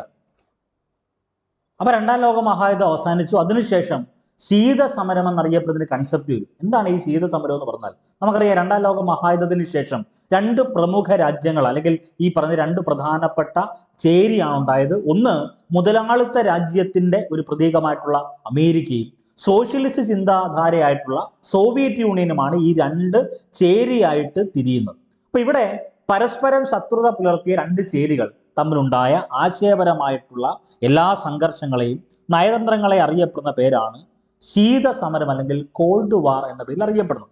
ഈ ശീതസമരം എന്നറിയപ്പെടുന്ന വാക്ക് ആദ്യമായിട്ട് ഉപയോഗിച്ചത് ബെർണാഡ് ബറൂച്ചാണ്. ശീതസമരം എന്നറിയപ്പെടുന്ന പദം ആദ്യമായി ഉപയോഗിച്ചത് ബെർണാഡ് ബറൂച്ചും. ശീതസമരം, മറക്കല്ല, ശീതസമരമാണ്. ശീതസമരം എന്നറിയപ്പെടുന്ന ഗ്രന്ഥം എഴുതിയത് വാൾട്ടർ ലിപ്മാൻ ആണ്. രണ്ട് ചോദ്യം. അപ്പൊ ശീതസമരം എന്ന പദം ആദ്യമായി ഉപയോഗിച്ചത് ബെർണാഡ് ബറൂച്ചും ശീതസമരം എന്നറിയപ്പെടുന്ന ഗ്രന്ഥം എഴുതിയത് വാൾട്ടർ ലിപ്മാനുമാണ്. ഇനി അവിടെ ഒരു ആശയമുണ്ട്, ഇരുധ്രുവ ലോകം എന്നറിയപ്പെടുന്ന ഒരു ആശയമാണ്. അതായത് ഈ പറഞ്ഞ രണ്ടാം ലോക മഹായുദ്ധത്തിന് ശേഷം അമേരിക്കയും സോവിയറ്റ് യൂണിയൻ, ഇപ്പൊ നമ്മൾ കാണപ്പെടുന്ന റഷ്യ എന്നറിയപ്പെടുന്ന USSR എന്നറിയപ്പെടുന്ന സോവിയറ്റ് യൂണിയൻ തമ്മിലുണ്ടായ ആശയപരമായിട്ടുള്ള ചേരിതിരിവിനെ അന്നത്തെ പ്രധാനപ്പെട്ട വ്യക്തിത്വമായ അർണോൾഡ് ടോയൻബി വിശേഷിപ്പിച്ച വാക്കാണ് ഇരുധ്രുവ ലോകം എന്നറിയപ്പെടുന്നത്. അതൊന്ന് നോട്ട് ചെയ്തേക്കാം. ഇനി അവിടെ നമുക്ക് വേണ്ട പ്രധാനപ്പെട്ട ഒരു വസ്തുതയാണ്, അയൺ കർട്ടൻ സ്പീച്ച് നടത്തിയ ഭരണാധികാരിയാണ് വിൻസ്റ്റൺ ചർച്ചിൽ. അതൊന്ന് നോട്ട് ചെയ്തേക്കണം. അയൺ കർട്ടൻ സ്പീച്ച് നടത്തിയ നേതാവാരം ചോദിച്ചാൽ അത് വിൻസ്റ്റൺ ചർച്ചിലാണ്. ഇനി ശീതകാല സമരത്ത് സൈനിക സഖ്യങ്ങളുണ്ട്. അതായത് ഈ പറയുന്ന കോൾഡ് വാർ സമയത്ത് ഓരോ രാജ്യങ്ങളുമായി ബന്ധപ്പെട്ട് ഓരോരോ സൈനിക സഖ്യങ്ങൾ ഫോം ചെയ്യും. 1955 സോവിയറ്റ് യൂണിയന്റെ നേതൃത്വത്തിൽ രൂപീകൃതമായ സംഘടനയുടെ പേരാണ് വാർസോ പാക്ട് എന്ന് പറയും. ശീതസമരത്തിന്റെ ഭാഗമായിട്ട് സോവിയറ്റ് യൂണിയന്റെ നേതൃത്വത്തിൽ രൂപീകൃതമായ സംഘടനയാണ് വാർസോ പാക്ട്. ഇനി ശീതസമരത്തിന്റെ ഭാഗമായിട്ട് അമേരിക്കയുടെ നേതൃത്വത്തിൽ 3 പ്രധാനപ്പെട്ട സംഘടനകൾ ഫോം ചെയ്യും. ഒന്ന് നാറ്റോ, മറ്റൊന്ന് സീറ്റോ, മറ്റൊന്ന് സെന്റോ. നാറ്റോ രൂപീകരിക്കുന്നത് 1949 നോർത്ത് അറ്റ്ലാന്റിക് ട്രീറ്റി ഓർഗനൈസേഷൻ എന്നാണ് നാറ്റോയുടെ പൂർണ്ണരൂപം. നിലവിൽ വന്ന വർഷം 1949. ഇനി സീറ്റോ ഉണ്ട്, south east Asia treaty organisation. Then CENTO ഉണ്ട്, സെൻട്രൽ ട്രീറ്റി ഓർഗനൈസേഷൻ. ഈ 3 സംഘടനകൾ ശീതസമരത്തിന്റെ ഭാഗമായിട്ട് അമേരിക്കയുടെ നേതൃത്വത്തിൽ ഉണ്ടായ 3 സംഘടനകളാണ്. അപ്പൊ ശീതസമരത്തിന്റെ ഭാഗമായിട്ട് സോവിയറ്റ് യൂണിയന്റെ നേതൃത്വത്തിൽ രൂപീകൃതമായ സംഘടന ഏതാണ്? അത് വാർസോ പാക്ട് ആണ്. അതെന്നാണ്? 1955. ഇനി ഏറ്റവും പ്രധാനപ്പെട്ട ഒരു കൺസെപ്റ്റ് ആണ് ബാൾഫർ പ്രഖ്യാപനം. നമുക്ക് വേണ്ട പ്രധാനപ്പെട്ട ഒരു വസ്തുതയാണ്. കാരണം ഇപ്പം നിലനിൽക്കുന്ന ഓരോ രാജ്യങ്ങളുമായി ബന്ധപ്പെട്ട കറണ്ട് അഫേഴ്സുമായി കണക്ട് ചെയ്യാൻ പറ്റുന്ന ഒരു വസ്തുതയാണ്. നമുക്കറിയാം, ഇസ്രായേൽ പാലസ്തീൻ യുദ്ധവുമായി ബന്ധപ്പെട്ടൊക്കെ കണക്ട് ചെയ്ത് പഠിച്ചു പോകേണ്ട ഒരു വസ്തുതയാണ് ബാൽഫർ പ്രഖ്യാപനം. ബാൽഫർ പ്രഖ്യാപനം എന്ന് പറഞ്ഞാൽ വേറെ ഒന്നുമില്ല, ജൂതർ എന്നറിയപ്പെടുന്ന രാജ്യം, ജൂതർ എന്നറിയപ്പെടുന്ന വിഭാഗം നൽകിയ സേവനത്തിന് പ്രത്യുപകരമായിട്ട് പശ്ചിമേഷ്യയിൽ അവർക്ക് സ്വന്തമായിട്ടൊരു രാജ്യം അനുവദിക്കണം എന്ന് പറഞ്ഞ പ്രഖ്യാപനത്തിന്റെ പേരാണ് ബാൽഫർ പ്രഖ്യാപനം. ഈ ബാൽഫർ പ്രഖ്യാപനം നടത്തുന്നത് ബ്രിട്ടീഷ് വിദേശകാര്യ സെക്രട്ടറിയായ ആർതർ ബാൽഫർ ആയതുകൊണ്ടാണ് അതിനെ ബാൽഫർ പ്രഖ്യാപനം എന്ന് പറയുന്നത്. അപ്പോൾ ബ്രിട്ടൻ എന്നറിയപ്പെടുന്ന രാജ്യം ജൂതർ എന്നറിയപ്പെടുന്ന വിഭാഗക്കാര് ബ്രിട്ടന് കൊടുത്ത സഹായങ്ങൾക്ക് പ്രത്യുപകരമായിട്ട് പശ്ചിമേഷ്യ എന്നറിയപ്പെടുന്ന പ്രദേശത്ത് ഒരു രാജ്യം, സ്വന്തമായിട്ട് ഒരു രാജ്യം അവർക്ക് അനുവദിക്കാം എന്ന് പറഞ്ഞ പ്രഖ്യാപനത്തിന്റെ പേരാ ബാൽഫർ പ്രഖ്യാപനം. അതൊന്ന് നോട്ട് ചെയ്തേക്കണം. ഇനി അവിടെ ഒരു പ്രസ്ഥാനമുണ്ട്, സിയോണിസ്റ്റ് പ്രസ്ഥാനം. വേറെ ഒന്നുമില്ല, ജൂതർക്ക് ഒരു രാജ്യം സ്ഥാപിക്കുക എന്ന ലക്ഷ്യത്തോടുകൂടി രൂപീകരിക്കപ്പെട്ട പ്രസ്ഥാനത്തിന്റെ പേരാണ് സിയോണിസ്റ്റ് പ്രസ്ഥാനം. സിയോണിസ്റ്റ് പ്രസ്ഥാനം. ഈ പറയുന്ന ജൂതർക്ക് സ്വന്തമായിട്ടൊരു രാഷ്ട്രം എന്ന ആശയം ആദ്യമായി അവതരിപ്പിച്ച എഴുത്തുകാരൻ ചോദിച്ചാൽ അത് തിയോഡർ ഹെർഷലാണ്. അതൊന്ന് നോട്ട് ചെയ്തേക്കണം. ഈ തിയോഡർ ഹെർഷലിന്റെ ദ ജൂവിഷ് സ്റ്റേറ്റ് എന്ന പുസ്തകത്തിലാണ് ജൂതരാഷ്ട്രം എന്നറിയപ്പെടുന്ന ആശയത്തെ പറ്റി പ്രതിപാദിക്കുന്നത്. അപ്പം ജൂതർ എന്നറിയപ്പെടുന്ന വിഭാഗം ബ്രിട്ടീഷുകാർക്ക് അല്ലെങ്കിൽ ബ്രിട്ടണിന് നൽകിയ സേവനത്തിന് പ്രത്യുപകരമായിട്ട് പശ്ചിമേഷ്യയിൽ അവർക്ക് സ്വന്തമായിട്ട് രാജ്യം കൊടുക്കാം, അങ്ങനെ അനുവദിക്കാമെന്ന് പറഞ്ഞ പ്രഖ്യാപനമാണ് ബാൽഫറ പ്രഖ്യാപനം, ജൂതർക്ക് ഒരു രാജ്യം സ്ഥാപിക്കുക എന്ന ലക്ഷ്യത്തോടു കൂടി രൂപീകരിക്കപ്പെട്ട പ്രസ്ഥാനത്തിന്റെ പേര് അത് സിയോണിസ്റ്റ് പ്രസ്ഥാനമെന്നാണ്. ജൂതർക്ക് സ്വന്തമായിട്ട് രാഷ്ട്രമെന്ന ആശയം ആദ്യമായി അവതരിപ്പിച്ച എഴുത്തുകാരൻ ചോദിച്ചാൽ അത് തിയോഡർ ഹെർഷലാണ്. തിയോഡർ ഹെർഷൽ ജൂതരാഷ്ട്രം എന്ന ആശയത്തെക്കുറിച്ച് പ്രതിപാദിക്കുന്നത് ദി ജൂവിഷ് സ്റ്റേറ്റ് എന്നറിയപ്പെടുന്ന പുസ്തകത്തിലാണ്. ഇനി 1948 ഇസ്രായേൽ എന്നറിയപ്പെടുന്ന രാഷ്ട്രം രൂപീകരിക്കും. ഈ 1948 ഇസ്രായേൽ എന്നറിയപ്പെടുന്ന രാഷ്ട്രം രൂപീകരിച്ച് പിന്നെ കുറച്ച് വർഷം കഴിഞ്ഞ് 1967 അറബ് ഇസ്രായേൽ യുദ്ധമുണ്ട്. ഈ നടന്ന 1967 നടന്ന അറബ് ഇസ്രായേൽ യുദ്ധത്തിന്റെ മറ്റൊരു പേരാണ് 6 ദിന യുദ്ധം. ഒന്ന് നോട്ട് ചെയ്തേക്കണം. ഇനി ഏറ്റവും പ്രധാനപ്പെട്ടതാണല്ലോ പാലസ്തീൻ വിമോചന സംഘടനയുണ്ട്. ഈ പറയുന്ന പാലസ്തീൻ വിമോചന സംഘടനയുടെ സ്ഥാപക പ്രസിഡന്റ് എന്നറിയപ്പെടുന്നത് യാസർ അറഫാത്താണ്. ഈ യാസർ അറഫാത്ത് പറഞ്ഞൊരു വാക്യമുണ്ട്, ഒരു കൈയിൽ സമാധാനത്തിന്റെ ഒലീവിലയും മറുകൈയിൽ വിമോചന പോരാളിയുടെ തോക്കുമായാണ് ഞാൻ വന്നിരിക്കുന്നത് എന്ന് പറഞ്ഞത് യാസർ അറഫാത്താണ്. അത് ഒത്തിരി തവണ മത്സര പരീക്ഷയ്ക്ക് ചോദിച്ചിട്ടുണ്ട്.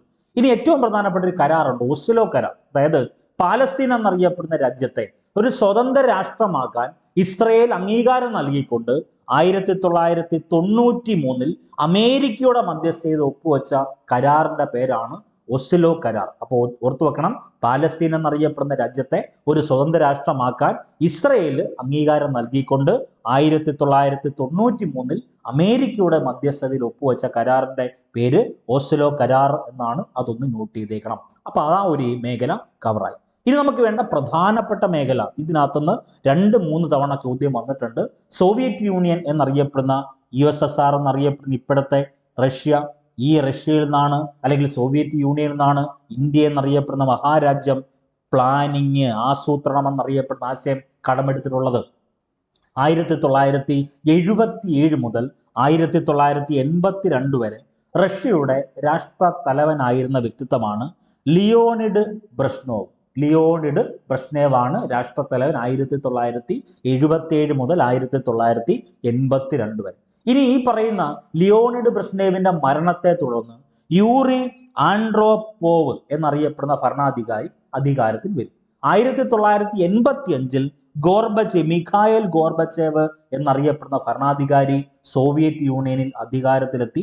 അദ്ദേഹം കൊണ്ടുവന്ന 2 ആശയങ്ങളാണ് വളരെ പ്രധാനപ്പെട്ടതാണ്, ഗ്ലാസ്നോസും പെരിസ്ട്രോയ്ക്കയും. ഗ്ലാസ്നോസ്തും പെരിസ്ട്രോയ്ക്കയും ഈ പറയുന്ന മിഖായേൽ ഗോർബച്ചേവ് സോവിയറ്റ് യൂണിയനിൽ നടപ്പിലാക്കിയ 2 പ്രധാനപ്പെട്ട പരിഷ്കാരങ്ങളാണ്. അപ്പൊ എന്തുവാ ഈ ഗ്ലാസ്നോസ്ത് എന്ന് പറഞ്ഞാൽ? അതായത് ഒരു രാജ്യത്ത് ഈ പറയുന്ന USSR എന്നറിയപ്പെടുന്ന സോവിയറ്റ് യൂണിയൻ എന്നറിയപ്പെടുന്ന റഷ്യയിലെ പൗരാവകാശങ്ങളിലുള്ള നിയന്ത്രണങ്ങളും പത്രമാധ്യമങ്ങളുടെ മേലുള്ള നിയന്ത്രണങ്ങളും നീക്കം ചെയ്ത പരിഷ്കാരത്തെ അറിയപ്പെടുന്ന പേരാണ് ഗ്ലാസ്നോസ്ത്. അപ്പൊ ചില ആളുകൾ മനസ്സിലാക്കും എന്തുവാ ഈ പെരിസ്ട്രോയിക്ക? അപ്പൊ ഗ്ലാസ്നോസ് എന്നറിയപ്പെടുന്നത് കൺസെപ്റ്റ് ആരാ നടപ്പിലാക്കിയത്?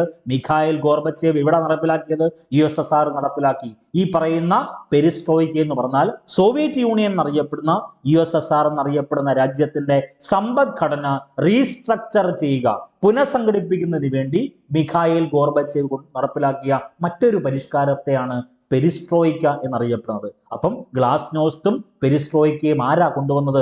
മിഖായേൽ ഗോർബച്ചേവ് കൊണ്ടുവന്ന പരിഷ്കാരങ്ങളാണെന്ന് മാത്രം ഓർക്കുക. ദെൻ അതിനുശേഷം 1991 വളരെ ഇമ്പോർട്ടന്റ് ആണ്, 1991 അദ്ദേഹം എന്ത് ചെയ്യുന്നു? ഈ മിഖായേൽ ഗോർബച്ചേവ് എന്ത് ചെയ്യുന്നു? ഈ പറയുന്ന രാജിവെക്കും, പ്രസിഡന്റ് സ്ഥാനം രാജിവെക്കും. അതിന്റെ പശ്ചാത്തലത്തിൽ സോവിയറ്റ് യൂണിയൻ ഇല്ലാതാകുന്നു. അതുകൂടി ഒന്ന് നോട്ട് ചെയ്തേക്കണം, വളരെ വളരെ പ്രധാനപ്പെട്ടതാണ്. ഇനി നമുക്ക് വേണ്ടത് ഈ പറഞ്ഞ സോവിയറ്റ് യൂണിയന് തകർച്ച മൂലം ലോക രാഷ്ട്രീയത്തിൽ തന്നെ എല്ലാത്തിന്റെയും കേന്ദ്രം, ലോക രാഷ്ട്രീയത്തിന്റെ കേന്ദ്രം ആരാവും? അപ്പം അമേരിക്ക. അപ്പൊ നമുക്കറിയാം ശീതസമര സമയത്ത് അല്ലെങ്കിൽ ശീതസമരം എന്നറിയപ്പെടുന്ന ആശയം ഉണ്ടാകുന്ന സമയത്ത് 2 ചേരികളാണ് ഉണ്ടായിരുന്നത്. ഒന്ന് അമേരിക്ക എന്നറിയപ്പെടുന്ന ചേരി, മറ്റൊന്ന് USSR എന്നറിയപ്പെടുന്ന സോവിയറ്റ് യൂണിയൻ എന്നറിയപ്പെടുന്ന സോഷ്യലിസ്റ്റ് ചേരി ഉണ്ടായിരുന്നു.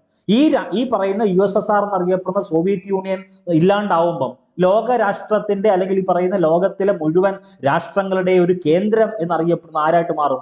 അമേരിക്കയായിട്ട് മാറും. ഈ ഒരു ആശയത്തെയാണ് ഏകധ്രുവ ലോകക്രമം എന്നറിയപ്പെടുന്നത്. അതൊന്ന് നോട്ട് ചെയ്തേക്കണം. പിന്നീട് അമേരിക്കയുടെ സാമ്രാജ്യത്വ നയങ്ങൾ രൂപീകരിക്കും. അങ്ങനെ ഈ പറയുന്ന അമേരിക്ക എന്നറിയപ്പെടുന്ന മഹാരാജ്യം എല്ലാ രാജ്യങ്ങളുടെയും ഒരു സാമ്രാജ്യത്വ ആശയത്തിലേക്ക് പോകുന്ന സമയത്താണ് ഗൾഫ് യുദ്ധങ്ങൾ നടക്കുന്നത്. 1991, 2003 ഗൾഫ് യുദ്ധങ്ങൾ നടക്കുന്നത്. വേറെ ഒന്നുമില്ല, ഇറാഖിലെ ഭരണാധികാരി ഉണ്ടല്ലോ സദാം ഹുസൈൻ. ഈ സദാം ഹുസൈനെ ഏറ്റവും പ്രധാനപ്പെട്ട ഇറാഖിലെ ഭരണാധികാരിയായ സദാം ഹുസൈൻ കുവൈറ്റിനെ ആക്രമിച്ചതിനെ തുടർന്നുണ്ടായ യുദ്ധത്തിന്റെ പേരാണ് ഗൾഫ് യുദ്ധം. 1991 2003. ഇനി രണ്ട് പ്രധാനപ്പെട്ട സൈനിക നടപടികൾ ഒന്ന് നോട്ട് ചെയ്തേക്കണം. ഒന്ന്, കുവൈറ്റിനെ ഇറാഖിൽ നിന്ന് മോചിപ്പിക്കാനായിട്ട് അമേരിക്ക നടത്തിയ സൈനിക നടപടിയുടെ പേരാണ് ഓപ്പറേഷൻ ഡെസേർട്ട് സ്റ്റോം. വളരെ ഇമ്പോർട്ടൻ്റ് ആ. കുവൈറ്റിനെ ഇറാഖിൽ നിന്ന് മോചിപ്പിക്കാൻ വേണ്ടി അമേരിക്ക നടത്തിയ സൈനിക നടപടിയുടെ പേര്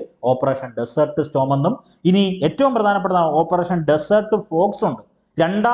ഈ പറയുന്ന ഗൾഫ് യുദ്ധം ഉണ്ടല്ലോ, 2003 നടന്ന രണ്ടാം ഗൾഫ് യുദ്ധത്തിന്റെ ഭാഗമായിട്ട് അമേരിക്കയുടെയും ബ്രിട്ടന്റെയും സംയുക്ത സേന ഇറാഖിന്റെ മേൽ നടത്തിയ ആക്രമണത്തിന്റെ പേരാണ് ഓപ്പറേഷൻ ഡെസേർട്ട് ഫോക്സ് എന്നറിയപ്പെടുന്നത്. അത് രണ്ടും ഒന്ന് നോട്ട് ചെയ്തേക്കുക. അപ്പൊ ഇത്രയും കാര്യങ്ങളാണ് നമ്മൾ ഇന്നത്തെ ഈ ഒരു ക്ലാസ്സിൽ നിങ്ങളുമായിട്ട് ഷെയർ ചെയ്തത്. ഉഷാറായിട്ട് പഠിക്കുക. വരാൻ പോകുന്ന മത്സര പരീക്ഷ അത്രയേറെ ഇമ്പോർട്ടൻസോടുകൂടി നിങ്ങൾ പഠിച്ചു മാറ്റുക. ഉഷാറായിട്ട് പഠിക്കുക. എല്ലാ ദിവസവും റിവിഷൻ നടത്തുക. SCRTയും NCRTയും എല്ലാ ഫാക്റ്റും വായനയിൽ ഉൾപ്പെടുത്തുക. എല്ലാവർക്കും എല്ലാവിധ ആശംസകളും നേരുന്നു. All the best.